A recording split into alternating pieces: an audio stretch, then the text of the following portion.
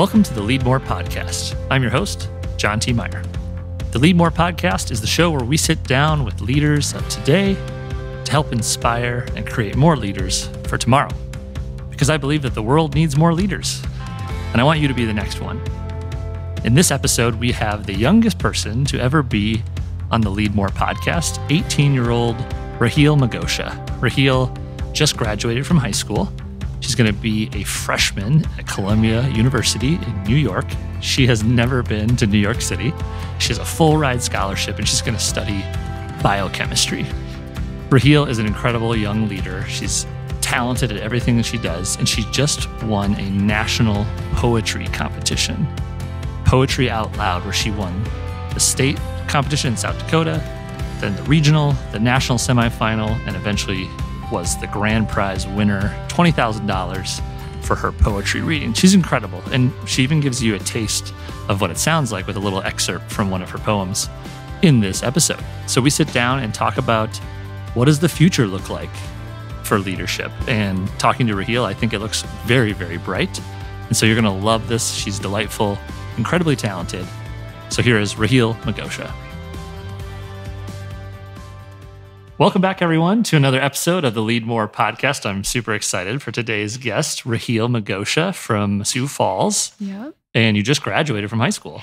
Yeah, end of May. 2 months ago? Yeah, Something like that? I am freshly 18 and I'm freshly a graduate. It is kind of rocky ever since. Let's be honest, I don't like adulting very much, but You're just starting. We're making it. That's awesome. Yeah.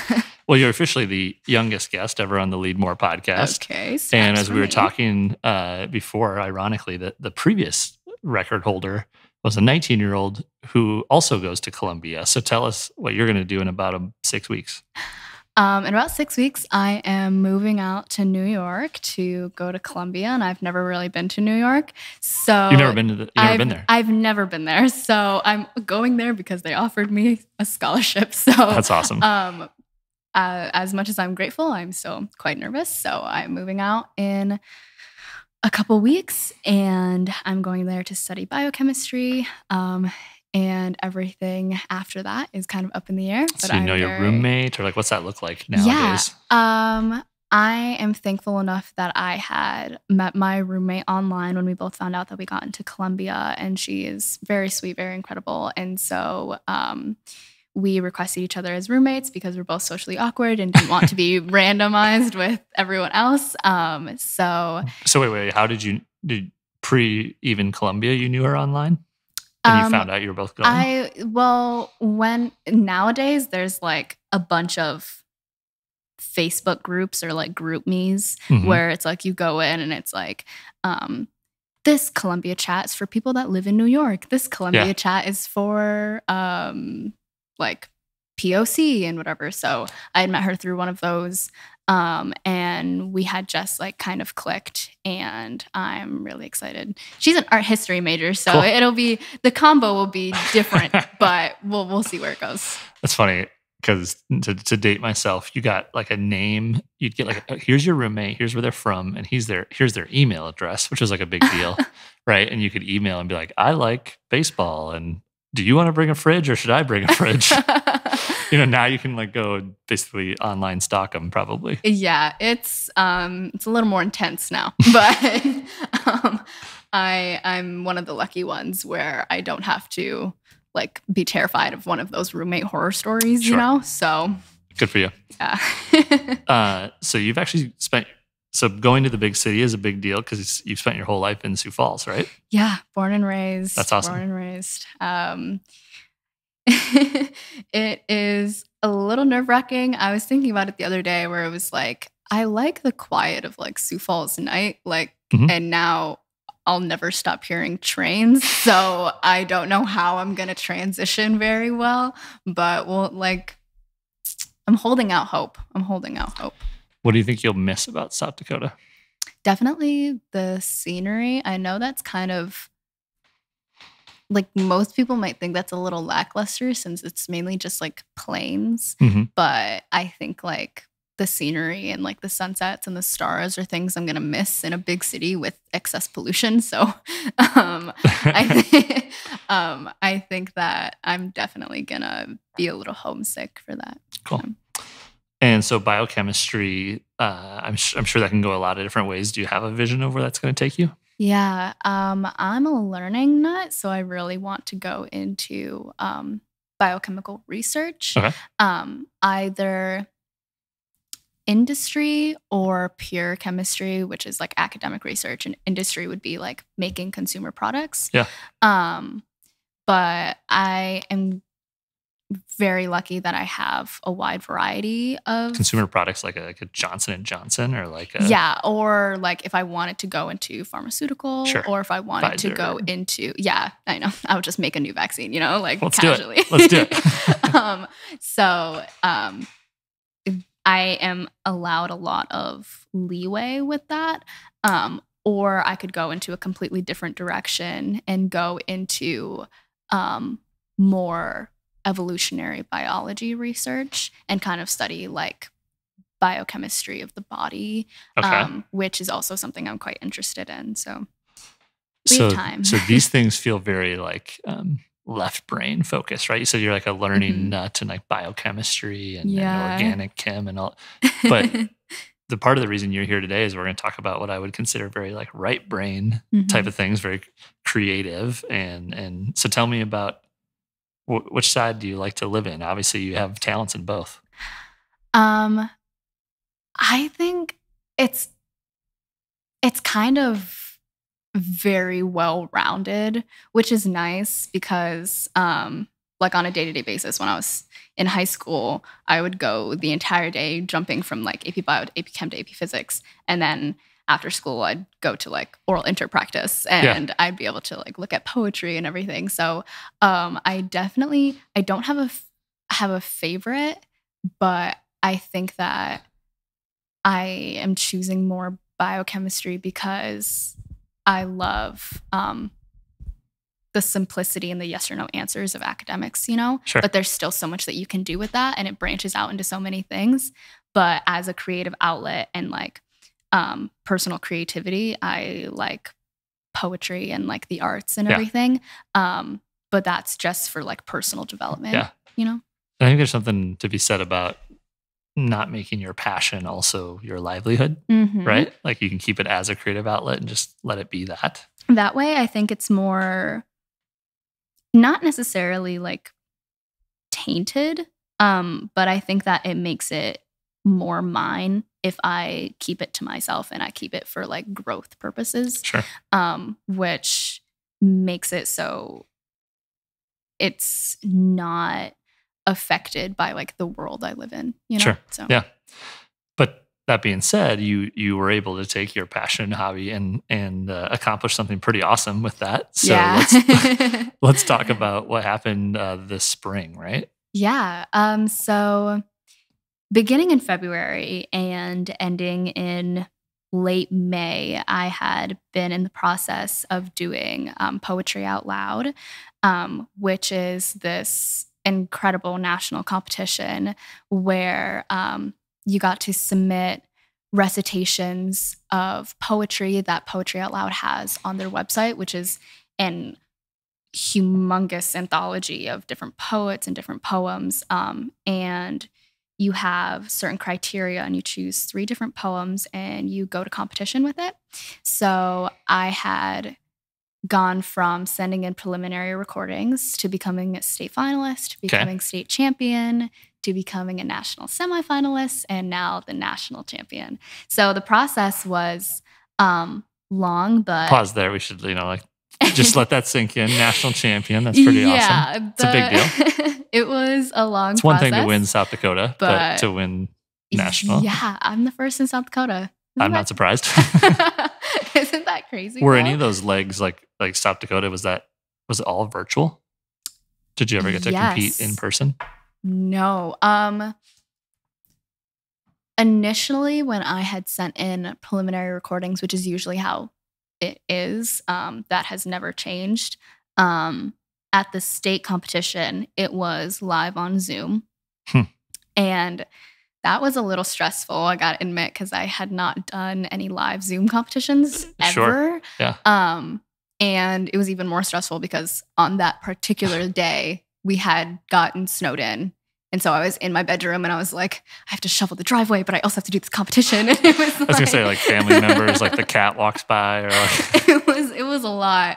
And then after that, it went back to asynchronous videos. Okay. And I got to work with Pinnacle Productions and produce videos and send those in. So it was great, but it was a lot of work. And so in May, how many are in the finals? And then what happened when you won? So for the U.S. was split into regions for semifinals. And so there were 3 winners in each region. So there was 9 total at finals in late May. And it was a live stream on Zoom, but we got to watch our asynchronous videos on there. And the competition kind of went first round, second round, we saw our videos, and then top 3 were announced. And then we watched our 3rd poem, which was never released because semifinals was only the first 2 poems. Okay. So at finals, you watch the last one and then they announce the winners. And at finals, 9th through 4th place received $1,000. 3rd place received $5,000. Second, $10,000. And first place, mine, was $20,000, which is incredible. To use however you want? Yeah, like to use however I want. The responsible side of me is like, you should use this for college and in your savings. But the other side of me was like, I've already bought a lot of clothes and shoes. So, yeah. Well, you still get to be 18, so you get to use that how you want. Yeah. That's interesting in the spirit of competition. Like, does that asynchronous style sort of eliminate like nerves? Because it's not like, hey, you're a finalist, now you got to get up on stage and compete. It's like it was all in the can, right? It was all recorded. I think a lot of the anxiety and nervousness came from wanting to make sure that the performance portrayed the emotions and the message that I wanted it to. Because when you make videos, then right after you can watch your performance and you find yourself critiquing yourself even more. And I found this with even speech and debate this year, where when you perform live, you're like, all right, this is my only opportunity. I'm just going to go for it. I'm going to feed off of the energy of the audience and it'll be great.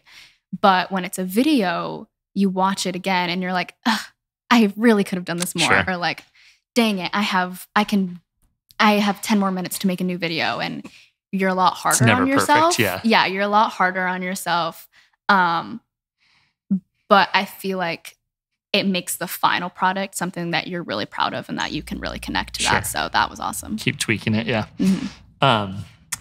Okay, so let's briefly talk about, you said you really kind of fell in love with poetry in 8th grade. Yeah. And that's probably not a typical thing for an 8th grader. Was that a family member, a teacher? Like, how did you stumble into poetry at that age? Well, at a young age, I had already seen like, my sister did speech and debate before me, and she had done poetry out loud herself, and she became a state runner-up, and so she had already kind of introduced me into like the arts and kind of speech performances and whatnot. But in 8th grade, all of the Sioux Falls public middle schools do a poetry slam. Okay. And the initial poetry is required for a grade, but you can become a finalist in your school and then become a finalist in the district. And I had gone through that process and won first place for Whittier. And through that, I kind of got to experience original poetry for the first time and what it felt like to perform. And that provided me a gateway to speech and debate. And through oral interp, I had done more poetry pieces or had incorporated poetry into other events that I had done.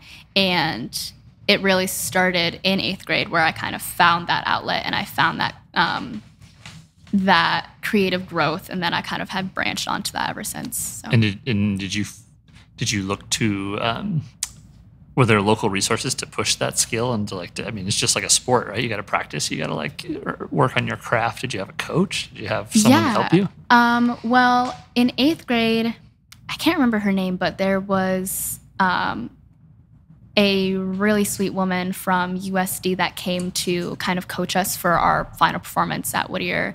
And she kind of really taught me the essence of performing and connecting with an audience. And then ever since then, freshman to senior year, my oral interp coach, Michelle McIntyre, has been such a blessing in kind of letting me know that my voice is valid and kind of finding the right way to use my voice and the right way to make sure that I'm proud of my voice. And I feel like I've grown a lot through oral interp in terms of every other aspect of my life, in terms of like leadership and in terms of like getting myself out there. And so I kind of owe a lot to my speech and debate experience. And I guess preliminary, that poetry slam, which is kind of crazy. Yeah, I mean, I love that. Like you win. Sometimes you get a taste of victory or like success, and then maybe the passion actually follows afterward. You're like, hey, I guess I'm good at this. Like a little bit. I like being good at something, and you keep doing it, right? Yeah. Well, one question I want to ask you and see how you react to it. I don't know if it's fair to say is poetry making a comeback? Because I don't know, maybe it never left, but like I feel like 6 months ago, poetry was sort of thrust into the national spotlight with Amanda Gorman and her piece during Inauguration Day for President Biden. Have you been in the game for a few years of poetry? Have you felt that? Is there any momentum, or like was there more competitors in poetry out loud this year than the years past? Or I think that poetry has kind of always been there, like on the back burner, and there was always chances to like see it in different outlets that weren't maybe directly poetry competitions, and so it's always been there. And even like through my high school experience this year, we had our first annual BSU showcase, Black Student Union, and there were multiple girls that used poetry for their outlet. And so it's always been there, but it hasn't always been amplified. And so after the inauguration and with Amanda Gorman, I feel like a lot of people kind of started looking towards more creative outlets and using their voice that isn't just posting what they think on social media. It wasn't just having or like going to lectures or listening to speeches or anything like that. It was more putting your personal experience into words that multiple people can relate to, that wasn't directly writing out your experience. And I think that poetry allows that. It's like unlocking the power of what poetry can do. Yeah. Definitely. Cool. I think that's what makes your success at the national level even more impressive, because it's not like you can go to a poetry club in Sioux Falls on a Friday night, right? Like there's not an abundance of poetry going on, I imagine, in this town. So yeah, I think definitely now, it's awesome being able to see people look towards that more. And being the first national champion in South Dakota is kind of weird coming off the tip of my tongue. But I think that it provides a gateway. And South Dakota has kind of learned to branch out in terms of creativity and in terms of the arts, especially in the past couple of years. And we are kind of finding more power that there is that lie in the arts and finding those outlets. And I think that this is just kind of a taste of what we're going to be in the future, you know? Yeah. And I'm probably underestimating, like, so you said you're 18, like I think YouTube came out in like 2005. So you're a child of the internet, right? Like you can get any inspiration you want. You just go to YouTube and you can watch poetry. Yeah. Button poetry on YouTube. key. I'm just saying. Say that again. Button Poetry is this YouTube channel. Okay. And they have, that's kind of where I found a lot of the poems that I'm into now, like Rita Francisco and Shane Koiskin and Portia Oliola, and there's like a Button Poetry is the spoken word channel. And I would always just find myself like drifting back to that on my YouTube recommended in the past couple of years. And it's kind of cool where now I could actually look to it for inspiration on how to perform instead of just like being entertained, watching it at 1 a.m. or something. So I don't know. Those algorithms are powerful. Gotta watch out. They always know. I don't know.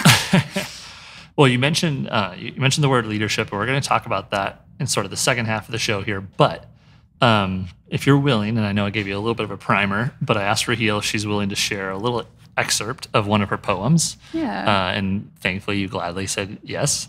And you explained to us that in the Poetry Out Loud competition, all of it is, what's the right word? Existing. I mean, it's not original pieces. These are existing poems that you have found and been inspired by and decided to sort of make your own. Mm-hmm. And so tell us a little bit about the one of the three that you're talking about and kind of what it means. So the poem that I am pulling up right now is called Fairy Tale with Laryngitis and Resignation Letter. And I'm just going to perform a little excerpt of it. But when I was looking to perform this poem, I found it really complex. And I kind of looked for what the author wanted to portray it. And my coach and I had researched a lot and we couldn't really find much. And so we kind of made our own interpretation of the poem in terms of how I perform it for an audience. But I find it to be this story of how this person is kind of trapped in this fairy tale of what a workplace and what bureaucracy kind of meant initially, and now they're kind of trying to run away from that. And so there's this kind of ongoing conversation of this twisted fairy tale and a letter that a person is writing to their colleagues of them wanting to quit, and it's kind of how their initial experience is nothing like what reality. It's a kind of a reality versus expectation of the workplace and what it really means to kind of step up and kind of and make something of yourself. And I thought it was really complex when I read it, and it was kind of eye-opening in terms of I'm just 18 and I haven't really had like a corporate Probably haven't experience. Resigned from anything yet. Yeah. But I think it's kind of crazy how it's real life for so many people. Oh yeah. And the poem is written in a way where it doesn't directly say like, I hate my job or like anything like that. It just kind of speaks in a way that it's what's supposed to be an innocent fairy tale and the twisted reality that it kind of turns into. I think that's so true, sort of in this post-COVID world where everyone's stepped back and taken inventory of what they want in their life, and maybe what, I saw NPR did a story about how many people are just quitting their job and stepping away. Life is not about work. Yeah. So let's do this. Rahele Megosha. Okay, sure. So Fairy Tale with Laryngitis and Resignation Letter by Jean Dubrow. You remember the mermaid makes a deal, her tongue evicted from her throat, and moving is a knife cut with every step. This is what escape from water means. Dear colleagues, you write, for weeks, I've been typing this letter in the bright kingdom of my imagination. Your body is a ship of pain. Pleasure is when you climb the rocks and watch the moonlight touching everywhere you want to go. A silver world called Far Away. Yeah. That's the cool. poem is longer, but if you want to read the rest, look it up. Well, and I was going to ask you, are any of the videos from your competition online? Can people find them? Yes. The National Endowment for the Arts, which is the organization that sponsors Poetry Out Loud has a couple videos posted. You can find them on arts.gov or YouTube. Awesome. So now let's transition as we move to the end of the show. As a clearly a standout student and standout kind of extracurricular. I know you're oral interp. You did poetry. I grew up in Brookings, so you kind of, it's a town where you could do sports and do kind of theater. I was a debate kid, arts and sports. You probably tend to be looked at by your colleagues or your peers as a leader. Do you feel they feel like you're a leader? I think that it's something that I'm definitely labeled as a leader or as an example or as a role model.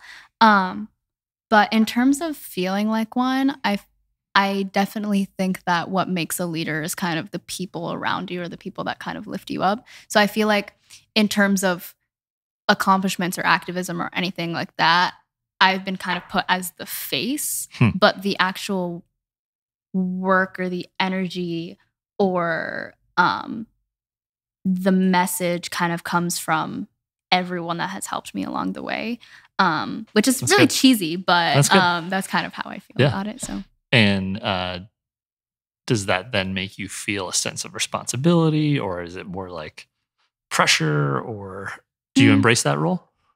I think there's less pressure and more gratitude that comes from it, because when people kind of look to you and ask for you to have a voice, that's really rare nowadays, I find. And I think I'm incredibly grateful that people want to hear what I have to say. And I definitely use that in a way where I want to provide a gateway for other people to have a voice. And so there is some responsibility and some pressure, but the work is kind of, it's from love, and I'm incredibly lucky for that. So cool. You just said something that's a huge part of this show, which is give other people a voice, and someone who may not identify as a leader. I definitely think you are. And if I'm one, then I feel like part of my job is to learn from others. And so I want to hear from you. Like, what do you think? What do you think a good leader? What makes a good leader in your mind? I think a lot of people assume that leadership is kind of like holding the torch in terms of like what you want to do and how you feel. And I feel like when it comes to leadership, people want to have a solid idea of what they believe in, what they want to do, and where they want to go with that. But I think a leader has to be versatile in their beliefs, and they have to be open-minded, and they have to be willing to adjust to the world around them and kind of take in the ideas of the people around them, which is definitely something that I have been learning in the past couple months. And I have an incredible support group of friends and family that are kind of no BS people, where they are definitely going to tell me if their opinions on the things that I do and what I believe is right. And I think that a leader has to know that what they believe is right is willing to change in terms of what's best for the people around them. Yep. So. That's a great answer. Thank you. And so now to make the connection, do you feel that does poetry give you a platform, or is it like an arrow in your quiver to be a leader? Do you want to use that in some way in your life? Yeah, definitely. I think that poetry has provided me the outlet to find ways to speak about how I feel in ways that are not direct. And I feel like when you use words in an indirect form in terms of explaining your experience or how you feel, it can connect to a variety of people even more. And so I had this really amazing experience where I had performed recently at the Biennial Awards at the Pavilion. And afterwards, a woman came up to me and she was crying and she was saying, I'm gonna have you pause because this is really annoying. Yeah. What's with this? We had you really have to fly over right now during our podcast. You really have to fly right now. All right, so you're performing at the pavilion. Yes, for the award ceremony. Is that what you said? Yes, it was, I think, June 10th, and I was performing at the biannual awards at the pavilion. And afterwards, I was approached by this woman, and she was crying, and she was saying how she was just really grateful and thankful that that I was using my voice in this way, and that I wanted to spread my message in this way. And I think that poetry is sometimes overlooked in terms of how you feel about society and how you can change and how you can view yourself and how you can grow. And so in terms of being a leader and using poetry to do that, I think that it kind of provides a connection between me and anyone that I want to help. Yeah, that's great. So, yeah. And you probably don't even know the ways yet that you will use it. So. But it's definitely here to stay. So, well, the last one I have, and then we'll do a little bit of rapid fire to finish, is what do you think, as the youngest person ever on the show, what do you think the future of leadership looks like? How does your generation, and I hate to put, we call them Zoomers now, I don't know what we're calling it, but how do you think leadership what it'll look like in 15, 20 years? I definitely love how the leaders around me that are my age, they can't necessarily identify as leaders if they aren't willing to be inclusive to the people around them. Like, if you want to stand up for what you believe in, that in no way can mean that you will berate a different demographic or group or anything like that. And so with leaders of tomorrow, if you want to say, sure, they definitely have to work in the inner workings of themselves and how they treat people if they want to make any change. And it's great that we're working on this now. And so anything that we want to do comes from a place that has foundations of equality and inclusion. And I think that at least people my age are very like no BS, where it's like, if you want to make change, there's no way that you're going to discriminate against someone else. Like, I'm not going to listen to you.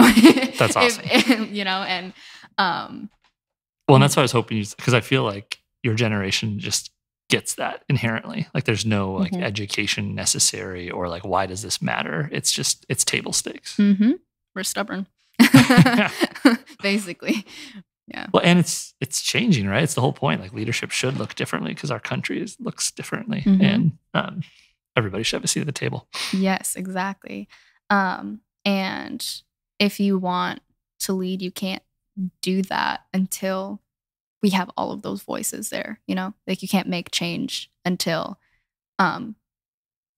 you are changing for the betterment of everyone involved. So. That's awesome. All right, Rahele, let's finish with a few quick ones about just you as a person. Is there a book that you recommend to people, or a favorite book of yours that you can think of? Oh, I love, I'm going to pronounce the author's name wrong. I just know that. But The Namesake by Lahiri. Oh my gosh, Lahiri Jumpa. Oh my God, that sounds so bad of me. I said that wrong. But it is like this beautiful novel about this boy that grew up in the US, and his family's he's like first gen, and it's like his experience of his like mix of culture of like American, and it's like cool. It's so beautiful. Cried. Love it. That's on The Namesake. I'm curious, maybe this answer is different for a high schooler, but we've been asking people, how do you unplug during the last year, during a pandemic? What do you do when work maybe you work or schoolwork, everything going on in your life, and you need a break? I'm really nerdy, and it's unsurprising, but I journal a lot. Okay. I like just kind of rehashing the end of my day by like writing it down. And when I kind of need to reflect, I'll read like old cringy like excerpts from like years past, and it kind of just like makes me know that I'm a changing person, I love when you talk about years past as 18 years old. Whatever. Back when I was 16. What do you think is your superpower? The one thing you do best? I think I'm really good at small talk, you know? So it's like a South Dakota thing. I'm awkward, but I think in terms of like strangers, I can make conversation really easily. But when it's people I know, I don't know how to speak. Like, it's so embarrassing. It's so embarrassing. Like, as a speech kid, you would not believe how much I stutter when I'm talking to someone. But yeah. I think my superpower is small talk. I think that'll shine in New York. So we need a lot of strangers to embrace. So, oh my goodness. And actually, I honestly think in the business world, it's like a true skill, like being able to small talk. Yeah. I know that a lot of people don't have time for it, but I think it works. And then lastly, we ask on the show, who are the leaders who have inspired you, whether you know them or you've studied them? Definitely. In terms of like my nerdiness, I love like chemists like St. Elmo Brady, who was like one of the first African Americans to obtain a PhD in chemistry, or like ranging to R.M. Drake, who's this really awesome author that I'm just obsessed with right now, or even just people that I know in my life right now, like my interp coach, Mrs. McIntyre, or my family and my brother and my sister. They're just really supportive people, where it's, if I'm making a mistake, they're just like, okay, we acknowledge it. What are you going to do now? So it's like, yeah. So I think I have some really great people that I can fall back on whenever I feel unsure, That's good. So. That's really good. Yeah. That'll help along for a long time. Well, Rahele, you're pretty incredible. Thanks for coming on the show. Thank you. Thank you for having me. And if somebody wants to, follow your journey, your next big chapter, or find your poetry, is there a place to find you online? You can follow my Instagram. All right. Rahele Megosha. All right. I assumed any good 18-year-old's got an Insta. Otherwise, just like Google me. I have an NPR article. Did you know that? There you go. I'm just gonna now you've made flex a little bit there. But yeah. So.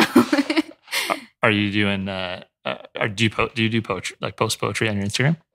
I think a lot of my original poetry is just, it sticks in my journal.